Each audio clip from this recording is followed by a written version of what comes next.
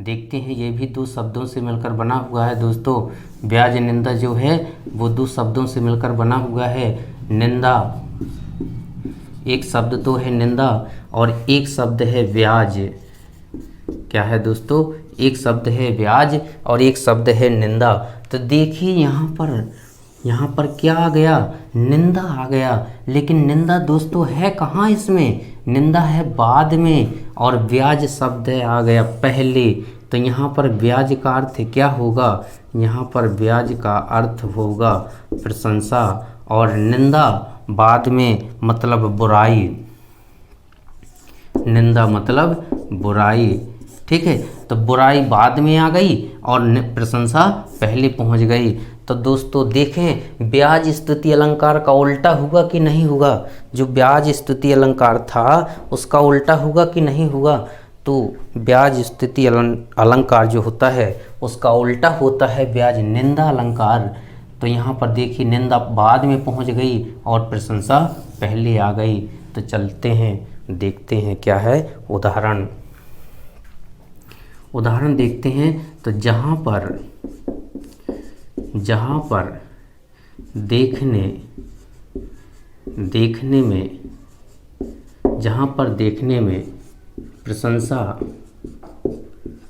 पर देखने में प्रशंसा सी दिखाई देती है।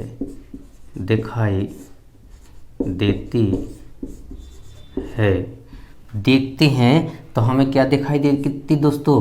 प्रशंसा दिखाई देती है। देखने में क्या दिखाई देती है?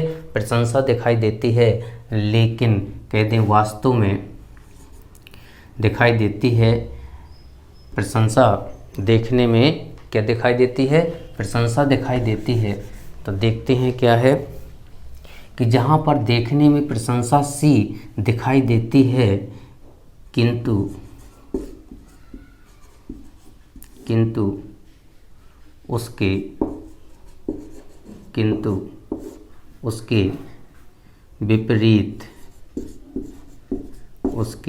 विपरीत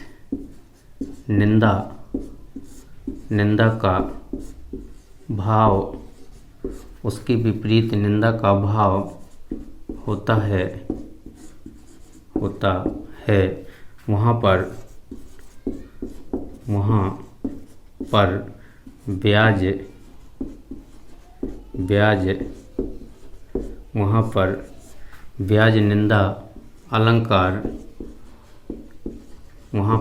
निंदा अलंकार होता है। क्या होता है? ब्याज निंदा अलंकार होता है। देखिए कितना अच्छा कह दें उदाहरण और परिभाषा आपके सामने में लेकर आया हुआ हूँ।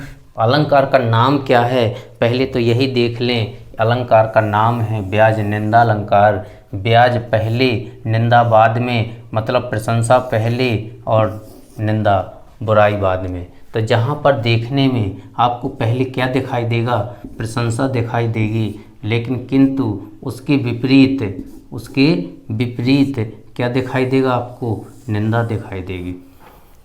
यानी पहले प्रशंसा और बाद में क्या हो रही? निंदा हो रही दोस्तों। तो वहाँ पर क्या होगा? वहाँ पर ब्याज निंदा अलंकार होगा। कितनी पहचान! अब हमने दोनों के नाम दे दिए। एक बार हमने दे दिया ब्याज स्तुति अलंकार और दूसरा दे दिया हमने दोस्तों क्या? ब्याज निंदा अलंकार। तो आप कितनी आसानी से समझ जाएंगे कि पहले प्रशंसा किस में हो रही और निंदा किस में हो रही है। तो देखते हैं यहाँ पर निंदा बाद में है तो फिर प्रशंसा पहले होगी। जब इसमें निंदा बाद में आ गई तो यहाँ पर निंदा पहले हो जाएगी, और प्रशंसा बाद में हो जाएगी। तो स्तुति मतलब प्रशंसा और निंदा मतलब बुराई। तो इसमें स्तुति बाद में है, ठीक है। स्तुति यानी प्रशंसा बाद में है तो पहले क्या होगा? निंदा होगी। अब इसमें निंदा बाद में है तो पहले क्या होगा? पहले प्रशंसा होगी। सीधी सीधी पहचान है। उदाहरण पर चलते हैं दोस्तों, देखते हैं इसका उदाहरण क्या है। उदाहरण देखते हैं इसका उदाहरण क्या है। उदाहरण है दोस्तों, जो उदाहरण दिया हुआ है तो देखो कितना अच्छा उदाहरण है, ज़रूर नोट करना। उदाहरण है तुम तो सखा श्याम सुंदर, तुम तो सखा श्याम सुंदर के सकल योग के ईश, सकल योग के ईश, एक हतो सो गयो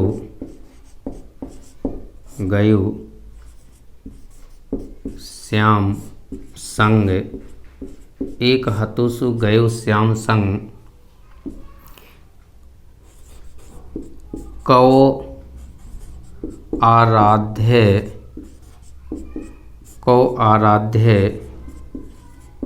ईश। तो यहाँ पर दोस्तों देखते हैं क्या है, यहाँ पर जो है देखते हैं क्या है। यहाँ पर पहले क्या चाहिए हमें, पहले चाहिए दोस्तों प्रशंसा और बाद में क्या चाहिए, निंदा। तो देखो पहले आपको प्रशंसा, तुम तो सखा श्याम सुंदर के, अरे तुम तो श्री कृष्ण के मित्र हो दोस्तों, और सकल योग के ईश, सारे संसार के योगों के ज्ञाता हो। तो पहले क्या हो गई, प्रशंसा हो गई। और निंदा क्या है, एक हाथों सु गयो श्याम संग, कौ आराध्य ईश। तो दोस्तों इसमें गोपियाँ किससे कह रही हैं, इसमें गोपियाँ किससे कह रही हैं, उद्धव से कह रही हैं दोस्तों।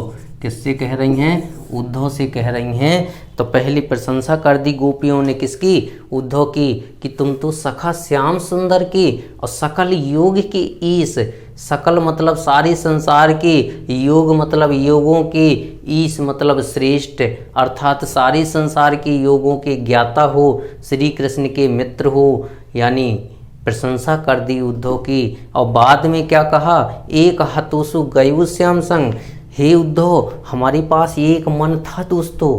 क्या था, एक मन था जो श्री कृष्ण के साथ चला गया। अब हम आपकी योग साधना के ज्ञान को नहीं सुन सकती, यानी ऐसा कह के सीधे सीधे उनकी अवहेलना कर दी, उनकी बात को ठुकरा दिया, निंदा कर दी।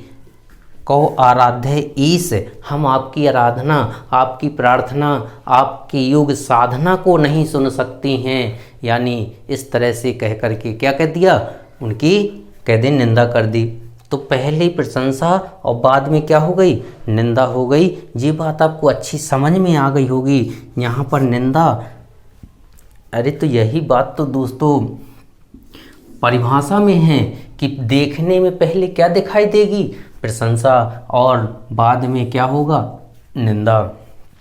जल्दी से जल्दी नोट कर लें दोस्तों।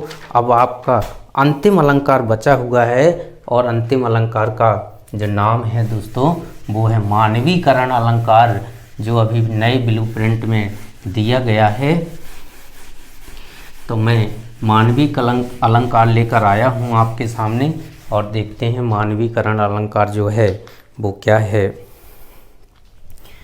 दूसरा अलंकार है आज का मानवीकरण अलंकार। मानवीकरण अलंकार लेकर आया हूँ दोस्तों मैं आप लोगों के सामने। देखते हैं जल्दी से जल्दी दोस्तों, क्या करें, नोट कर लें, और आज का कह दें कि जी अंतिम अलंकार है, और आज का अलंकारों का अंतिम वीडियो है दोस्तों। सारे वीडियो अलंकारों के देखना मत भूलें।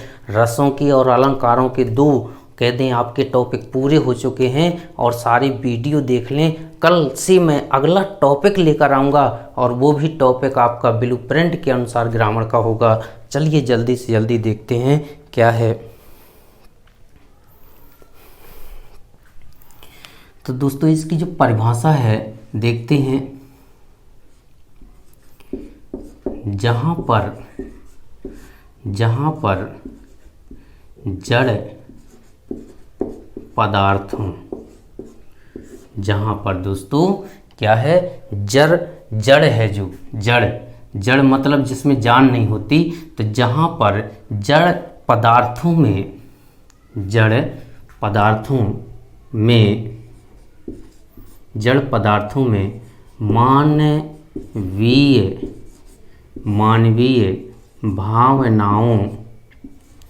मानवीय भावनाओं का क्या लगाया जाता है, आरोप लगाया जाता है। आरोप, मानवीय भावनाओं का क्या लगा दिया जाता है, आरोप लगाया जाए।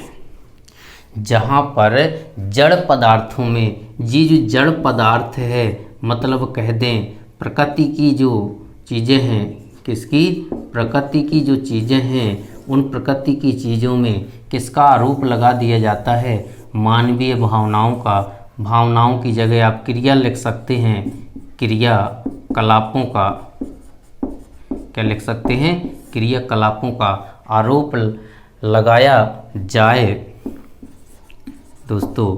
वहाँ पर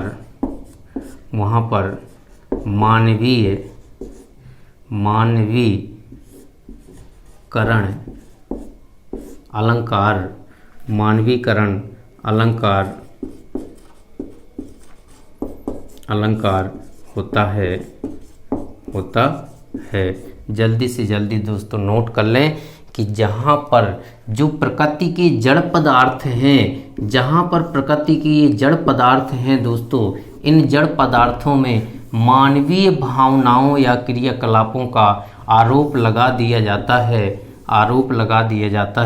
वहाँ पर क्या होता है, मानवीकरण अलंकार होता है। यानी कह दें कि जड़ पदार्थ को हम चेतन मान लें, क्या मान लें दोस्तों, चेतन मान लें। जड़ पदार्थ को क्या मान लें, चेतन मान लें। यानी कहते एक पेड़ को एक व्यक्ति की संज्ञा दे करके फिर हम व्यक्ति के क्रियाकलापों को उस पेड़ में बताने की चेष्टा कर दें। व्यक्ति हंसता है तो पेड़ भी दोस्तों हंसता है, और व्यक्ति रोता है तो पेड़ भी रोता है। ऐसी भावनाओं का आरोप लगा देना ही मानवीकरण कहलाता है। समझ में आ गई होगी मेरी बात। जल्दी से जल्दी आप लोग, यदि समझ में आ गई है तो कमेंट्स बॉक्स में लिखकर बता दें, और लिखें जल्दी से। उदाहरण लिखते हैं, इसका क्या है, उदाहरण देखते हैं दोस्तों।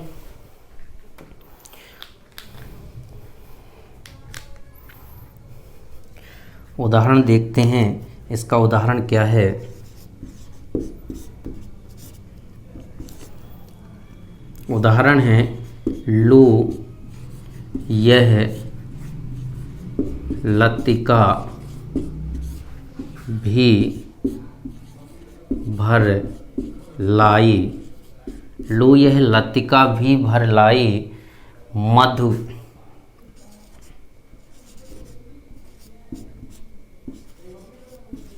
मुकुल। लो यह लतिका भी भर लाई मधु, लो यह लतिका भी भर लाई मधु मुकुल नवल रस गागरी। दोस्तों क्या गागरी भर लाई है, क्या भर लाई है, गगरी भर लाई है। देखिए लतिका मतलब लताएं, पेड़ पौधे छोटे छोटे, लतिका कहा गया है लताएं। भर लाई हैं, भर करके ले आई हैं, मधु मुकुल नवल रस गागरी। गागरी जो है गगरी, क्या कहा गया है, गगरी कहा गया है, गगरी को गागरी। नवल का मतलब नया, और मुकुल माने होता है फूल, और मधु मतलब कह दें शहद होता है। क्या होता है, शहद होता है। अब देखिए क्या है, लतिका को स्त्री का रूप दिया गया है, और जो फूल है फूल को गगरी का रूप लिया गया है, और नया है और शहद है। तो यहाँ पर लताएं भी फूल रूपी गगरी में नया रस भर कर ले आई हैं दोस्तों। क्या भर कर ले आई हैं? नया रस भर कर ले आई हैं। तो देखो, गगरी, फूल को गगरी कह दिया, चलो ठीक है, लेकिन फूल रूपी गगरी में नया रस भर कर ले आई हैं। तो ये काम तो दोस्तों मनुष्य करते हैं ना, व्यक्ति करते हैं ना, लेकिन यहाँ दोस्तों लता भी कर रही है, लतिका भी कर रही है कि वह फूल रूपी गगरी में रस भर कर ले आती है। तो दोस्तों ये क्या हो गया? मानवीकरण हो गया। जड़ पदार्थ में हमने मानवीय भावनाओं, क्रियाकलापों को क्या कर दिया? जोड़ दिया है। तो ये क्या होता? मानवीकरण होता है। जल्दी से जल्दी नोट कर लें दोस्तों। और दूसरा इसका शानदार उदाहरण मैं आपके सामने लेकर आया हूँ मानवीकरण अलंकार का। तो दूसरा उदाहरण भी नोट कर लें, देखते हैं क्या है। दूसरा उदाहरण क्या है कि आपका जो ये दूसरा उदाहरण मैं लेकर आया हूँ, देखते हैं दूसरा उदाहरण क्या है। दूसरा उदाहरण है लागी वनस्पतियाँ। लागी वनस्पतियाँ अलसाई